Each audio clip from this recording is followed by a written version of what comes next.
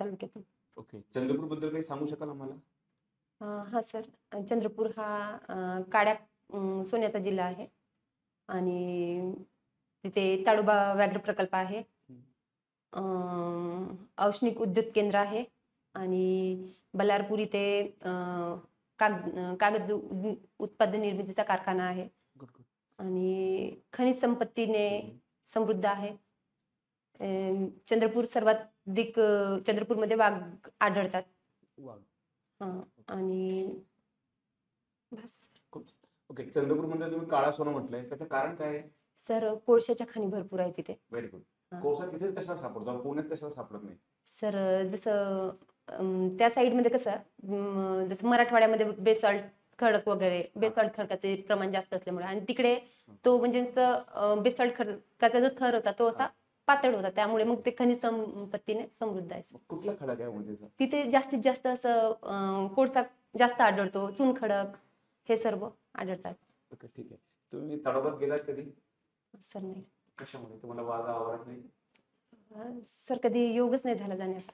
चंद्रपूरमध्ये राहून लोक तर अमेरिकेतून येऊन चंद्रपूरला येतात बघायला, तळाव बघायला. सर इथून गेल्यावर नक्कीच बघेन.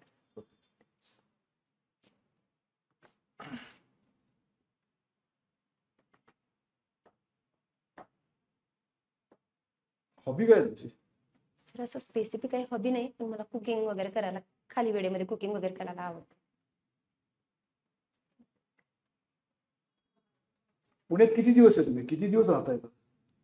सर मी आता मॉकसाठी आलेले आहे, नाहीतर मी घरूनच प्रिपरेशन केली. अच्छा, घरूनच प्रिपरेशन कर. सर मग एवढं लांबून चंद्रपूरवरून इथे मॉकला आले? हां सर, मॉकसाठीच आले. बर. काय लॉचं केलंय का तुम्ही अभ्यास? हो सर. मला सीआरपीसी 154 काय सांगते सांग. सर सीआरपीसी 154 दखलपात्र गुन्ह्याचं FIR वगैरे घेतली जाते, जे दखलपात्र वगैरे असते विना वॉरंट. तर तिथे पोलिसांकडे काही कंप्लेंट वगैरे आली तर पोलीस FIR वगैरे घेतात. FIR म्हणजे काय? First information report. 156 आणि 202 सीआरपीसी काय फरक आहे? काय आहे का फरक? सॉरी सर सांगते. 156 म्हणजे काय आणि 102 म्हणजे 202? सॉरी सर नाही सांगता येणार. नाही माहिती. IPC 494 काय सांगतं? 494 तर पहिली महिला असताना दुसऱ्या महिलांसोबत लग्न केलं तर मग ते अवैध ठरले जाते. पत्नी असते तर पहिली पत्नी असताना दुसऱ्या महिलेशी लग्न करणं हे त्यासाठी ती 494 तरतूद आहे IPC. 377 काय? सर 377 अनैसर्गिक बाबीसाठी ते कलम आहे आणि त्यासाठी ते आता रद्द पण करण्यात आलेलं आहे.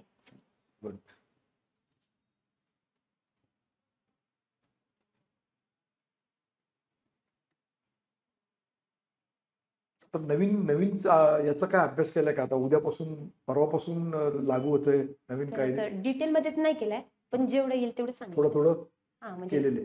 सर डिटेल मध्ये IPCच्या बदली काय आता नवीन काय? सर जसं IPCचं दंड संहिता होतात, आता भारतीय न्याय संहिता आला आहे. BNS.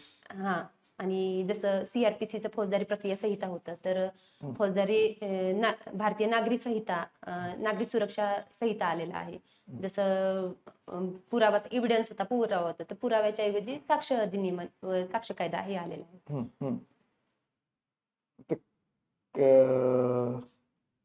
पूर्वीचं 302 म्हणजे IPC 302 काय माहितीये का? हो सर, मृत्यू म्हणजे मर्डर वगैरे हे होतं, त्याच्याऐवजी मृत्यू नाही म्हणजे मृत्यूचा प्रयत्न, म्हणजे मर्डर वगैरे त्यासाठी होतं सर, खून. तर त्यासाठी आता 103 मध्ये तरतूद करण्यात आलेली आहे. 304 IPC 304 जे आता BNS वेगळं असणार. सॉरी सर सांगता नाही. प्रयत्न करू सर, प्रयत्न करू, थोडा जेवढं येईल तेवढं सांगण्याचा प्रयत्न करते. 304 IPC. प्रयत्न करा, हरकत नाही, चुकलं तरी झालं. तर एखाद्या एखाद्या व्यक्तीचा मृत्यू करायचा आहे त्याच्याऐवजी दुसऱ्याच व्यक्तीचा मृत्यू करणं हे आहे का सर? एक्झॅक्ट नाही सांगता येत. Sorry sir. एखाद्या व्यक्तीचा मृत्यू करण्याच्या ऐवजी दुसऱ्याचा करणं असं नाहीये व्याख्या. तुम्ही जवळ गेलेत बरोबर, पण एक्झॅक्ट तुम्हाला सांगता येत 304 म्हणजे सदोष मनुष्यवध आहे. जे मी सांगितलं सर ते 303 मध्ये आहे आणि 304 मध्ये सदोष मनुष्यवधचा आहे. सॉरी. 300 हा ते 303 व्याख्या कलम आहे, डेफिनेशन असतं. ते डेफिनेशन कुठेही लागत नाही भारतात कुठेही. आपले कारवाई जी चालते, कोर्ट प्रोसेस जी चालते ती पनिशमेंट सेक्शन प्रमाणे चालते. जसं 301 खुनाची व्याख्या आहे, व्याख्या कलम. पण 302 प्रमाणे आपण आपण काय म्हणतो 302. 301 कधी म्हणतो का आपण? नाही. कारण 301 हे डेफिनेशन सेक्शन आहे. डेफिनेशन सेक्शन कधी अप्लाय होत नाही. ते फक्त आपल्या माहितीसाठी असतं की याचं काय. तर 302 आणि 304. 304 म्हणजे एखाद्या व्यक्तीच्या मृत्यूस कारणीभूत होणे असं त्याचं एक थोडक्यात डेफिनेशन. बाकी वास्ट बरंच आहे. तर 302 304 मध्ये काय फरक? 302 आणि 304 मध्ये 302 शिक्षा आहे सर आणि 304 नाही सांगता येणार सर. इथून गेल्यानंतर मी नक्की बघून घेईन. 302 समजलं तुम्हाला मी काय बोललो? 302 खून, खून. एखाद्याचा एखाद्याला जीवे ठार मारणे. हां सर. बरोबर. हां. आणि 304 एखाद्याच्या मृत्यूस कारणीभूत होणे. सदोष मनुष्यवध. ह्याच्यामध्ये फरक काय आहे? तर 302 मध्ये इंटेन्शन आहे, 304 मध्ये इंटेन्शन नाही. नाहीये. बरोबर आहे. 302 म्हणजे एखाद्याला ठार मारण्याचा उद्देश आहे तुमच्याकडे, उद्देश आहे. याला मारायचंच म्हणून तुम्ही मारता, काही मारता, मग वेपन कुठचंही असू, पण त्याला ठार मारण्याचा उद्देश आहे, आहे. इंटेन्शन. आणि 304 मध्ये इंटेन्शन नाही. ओके. तुमच्याकडून निष्काळजीपणे त्याचा मृत्यू होतो. हां सर. म्हणजे गाडी रिव्हर्स घेताना तुमचं जी तुम्ही काळजी घेतली पाहिजे, गाडी रिव्हर्स घेताना चाकाच्या इथे कोणी आहे का, पाठीमागे कोणी आहे का, किंवा रस्ता क्रॉस करताना तुम्ही गाडी कंट्रोलमध्ये ठेवायला पाहिजे. तो मध्ये आला तर कंट्रोल पाहिजे. तुम्ही गाडी भरधाव निष्काळजीपणाने चालवली आणि त्याला उडवलं, तो मेला. हां सर समजलं. याच्यामध्ये इंटेन्शन नाहीये 304. 302 मध्ये उद्देश आहे आणि 304 मध्ये उद्देश नाहीये. बाकी तुमचं नॉलेज चांगलं आहे. थोडंसं अजून डीप तुम्ही कव्हर करा. PSI झाल्यानंतर अकॅडमीला शिकवतील ते आपण किती हे करतो त्याच्यावर. सर तुमची हॉबी काय सांगितलं तुम्ही? सर असं स्पेसिफिक काही नाही, पण रिकाम्या वेळेमध्ये कुकिंग वगैरे करायला आवडते. ते तर सगळ्या मुली करतात घरी आपल्या. तर मी एक गृहिणी आहे सर. दिवसभर घरचे कामं असते. ओके. उरलेल्या वेळेमध्ये अभ्यास वगैरे करते. जेवढा वेळ मिळतो ते असं काही ना काही बनवते सर. ओके. तुमच्या घरी कोण कोण असतात? तर मी, मिस्टर आणि सासू सासरे. ओके. सासू सासरे त्रास देत असतील तर कुठला कलम लागतो? सर त्रास एकतर देत नाही, पण देत असेल तर IPC 498 आहे. आता मी असं ऐकतो की त्याचा खूप जास्त गैरवापर होत आहे, मुली त्याचा करतायत. सर कोर्टाने सुद्धा त्याच्यावर म्हटलंय की काही चेक्स अँड बॅलन्स असले पाहिजे. सर सर्व मुली नाही करत आहे. काही करत आहे. त्याच्यासाठी सर्वोच्च न्यायालय सुशील कुमार शर्मा विरुद्ध भारत सरकार 2005 ची केस आहे. त्याच्यामध्ये म्हटलं की काही महिला ज्या आढळल्या त्याच्यामध्ये त्यांचं डायरेक्ट ऍक्शन नाही घ्यायची आहे. तर त्याच्यासाठी डायरेक्ट पहिले मोहल्ला समितीकडे ती जी कंप्लेंट असते ती सादर केली जाते आणि त्याच्यानंतर मग ते जे रिपोर्ट वगैरे बनवतात त्याचं मग पूर्ण निष्कर्ष वगैरे काढून नंतर कंप्लेंट घेतल्या जाते. विशाखा गाईडलाईन बद्दल काही सांगू शकाल? सर विशाखा गाईडलाईन्स ही राजस्थानची आहे सर.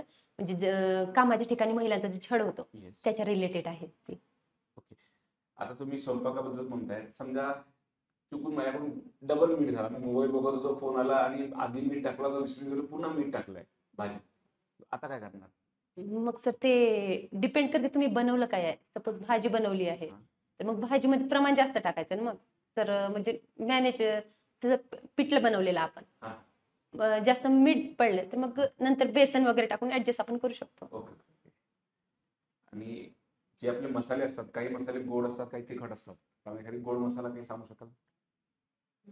गुळ मसाला ठीक आहे. आता तुम्ही नाही सर. जर ट्रेनिंग तुम्ही सिलेक्ट झालात तर तुमची पोस्टिंग पूर्ण महाराष्ट्रावर राहणार आहे. हो सर. मग तुमच्या मिस्टर आणि कुटुंबाला काय त्रास? सर माझी फॅमिली खूप सपोर्टिव्ह आहे. माझी बहीण स्वतः PSI असल्यामुळे मला ते असं त्यांनी पण जवळून बघितलंय आणि मी पण जवळून बघितलंय आणि त्यांचा पूर्ण सपोर्ट असल्यामुळे ती कुठे पण स्थायिक होईल कुठे झाले, कुठे पीएस कुठे पण. त्या पीएसआय कुठे बहीण? बहीण सध्या चंद्रपूरला. चंद्रपूर. चंद्रपूरलाच. चंद्रपूरला होम आहे. डिस्ट्रिक्ट कसं काय दिलं? नाही नाही सर, आता ट्रान्सफर झाली आहे, पहिले नागपूरला. हो, पण ट्रान्सफर आता जरी झाली तरी गव्हर्नमेंटचा नियम असा आहे की होम डिस्ट्रिक्ट देत नाही तुम्हाला. तुम्ही ज्या गावचे आहात, ज्या डिस्ट्रिक्टचे आहात त्यात ते डिस्ट्रिक्ट देत नाही, होम डिस्ट्रिक्ट मिळत नाही. सर, या बाबतीत गेल्यानंतर म्हणजे हा, बघू, म्हणजे पण काही आयडिया नाही. तुम्ही मॅरिड आहात? हो सर. मिस्टर काय करतात? सर, त्यांच्या मामाचं काम आहे आणि ते बघतात ते काम. कसलं? ट्रॅक्टर वगैरे जे शेतामध्ये कल्टिवेटर वगैरे करतात ते बघतात. शेतकी अवजारं जे आहेत येस सर. म्हणजे ते तिथेच असतात, तुमच्या बदलीचा काही प्रश्न येत नाही. नाही सर, म्हणजे तुमची बदली कुठेही झाली तरी ते येईल सर. तुम्ही बॅलन्स ठेवू शकता. हा सर. पण मग मुलांचं काय? जर तुमची पोस्टिंग मुंबईला आहे आणि मिस्टर चंद्रपूरला आहे, मग मुलं तुम्ही मिस्टरांकडे ठेवणार का तुमच्याकडे ठेवणार? सर, मी पहिली व्यक्ती नाही ना की माझे मुलांचं आणि मुलांचं भविष्य तुमच्या हातात आहे. कसं करणार तुम्ही? तुम्हाला काय वाटतं? सर, की एकतर तिथे चंद्रपूरला मिस्टरांकडे राहून म्हणजे वडिलांकडे राहून मुलं भविष्य उज्ज्वल होईल मुलांचं, का तुम्ही स्वतः हे करा? एकतर आपल्याला बालसंगोपनाच्या सुट्ट्या वगैरे असतात, त्यावेळेस मुलाची वगैरे केअर करू शकते आणि माझी फॅमिली खूप सपोर्टिव्ह आहे सर. तर त्यामुळे माझे सासू सासरे त्यांच्याकडे पण ठेवता येईल. ओके. एवढा काही इश्यू नाही सर. पेपर वाचता तुम्ही? हो.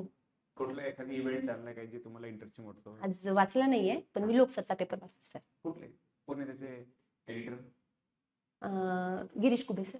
ओके. ते कशा गोष्टीबद्दल लिहितात? कुठला फील्ड आहे यांचा लिहायचा? सर, संपादक वगैरे ते आपण कुठलं त्यांची काहीतरी स्पेसिफिक फील्ड असणार त्याच्यावर लिहितात? सायन्सवर लिहितात की सोशल इश्यूजवर लिहितात? सोशल इश्यूवर वगैरे, जसं आजच्या काही किंवा कालच्या काही हेडलाईन्स वगैरे तुम्हाला आठवत आहे का? सर बाहेर गेले होते त्यामुळे कालचा पेपर वाचला नाही. मागच्या आज 10 दिवसात काय चाललंय जगामध्ये किंवा भारतामध्ये असं जे तुम्हाला वाटतं? सर, मध्य प्रदेशची जी लेक लाडकी जी योजना आहे ती आता महाराष्ट्र सरकारने राबवली आहे ती. तुम्हाला वाटतं की मग गव्हर्नमेंट ही सगळ्या योजना राबवून काय करणार? रेव्हेन्यू खर्च वाढणार आणि मग आपली इकॉनॉमी खराब होऊन जाणार केरळसारखी किंवा पंजाबसारखी? सर, असं नाही, डेव्हलपमेंट पण पाहिजे ना, त्यासाठी योजना. सर, महिला सक्षमीकरण म्हणजे जसं महिलांसाठी योजना राबवणं, हे म्हणजे जसं कर्जामध्ये जाणं हे नाही ना सर. मग महिलांचं सक्षमीकरण कसं होणार ना? मग एक गोष्ट ऐकली होती का कधी? ते म्हणतात की give a man a fish. एका माणसाला एक मासा द्या, तर तुम्ही एका दिवसासाठी त्याला सेटल करता. पण ज्याला तुम्ही जर फिशिंग करायची स्किल दिली तर तो आयुष्यभर तो काय होतो? स्वयंपूर्ण होऊन जातो. हा सर. सर, मग हे रेव्हेन्यू कल्चर काय मग आता? सर, जसं यांनी जे मी असं डिटेलमध्ये एकदम वाचली नाही आहे सर योजना, पण जे वृद्ध वगैरे आहे त्यांच्यासाठी सर, मग त्यांनी आज सध्या काम नाही करू शकत ना, मग त्यांच्यासाठी एक आर्थिक असते ना सपोर्ट. ठीक आहे. थँक्यू. तुम्ही 1-2 मिनिटात बोलवतो तुम्हाला फीडबॅक देतो. Thank you sir. Thank you sir.